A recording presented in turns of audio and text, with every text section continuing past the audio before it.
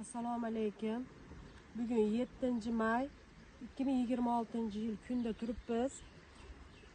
Xo'jaobod Xalq banki hamkorligida Andijon MFdagi 55-22 sonli konturda sarimsoq piyoz yetishtirilmoqda.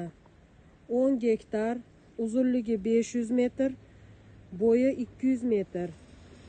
Bu yerda ekilgan zamonaviy uslubda sug'orilib, hozirgi kunda mana sarimsoq piyozimiz mineral o'g'itlar va tabiiy o'g'itlar bilan oziqlantirilib, rivojlantirilyapti.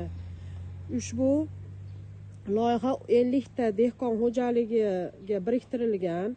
Har bir dehqon uchun o'rtacha 0,20 gektarda yetarli maydonlari o'rtacha shu holatga keltirilgan.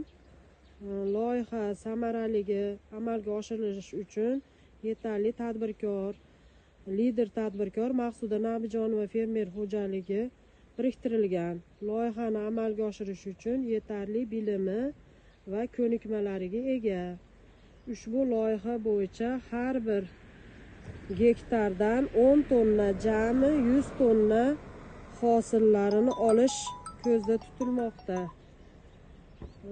Mazkur ekinlarni yig'ib terib olingandan so'ng navbatdagi ekinni ham yuqori daromadi ekilish, ekin turlarini ekish, o'rtacha yer egalarini keyingi daromadli, yanada daromadini oshiradigan ekinlar ekish ko'zda tutilmoqda.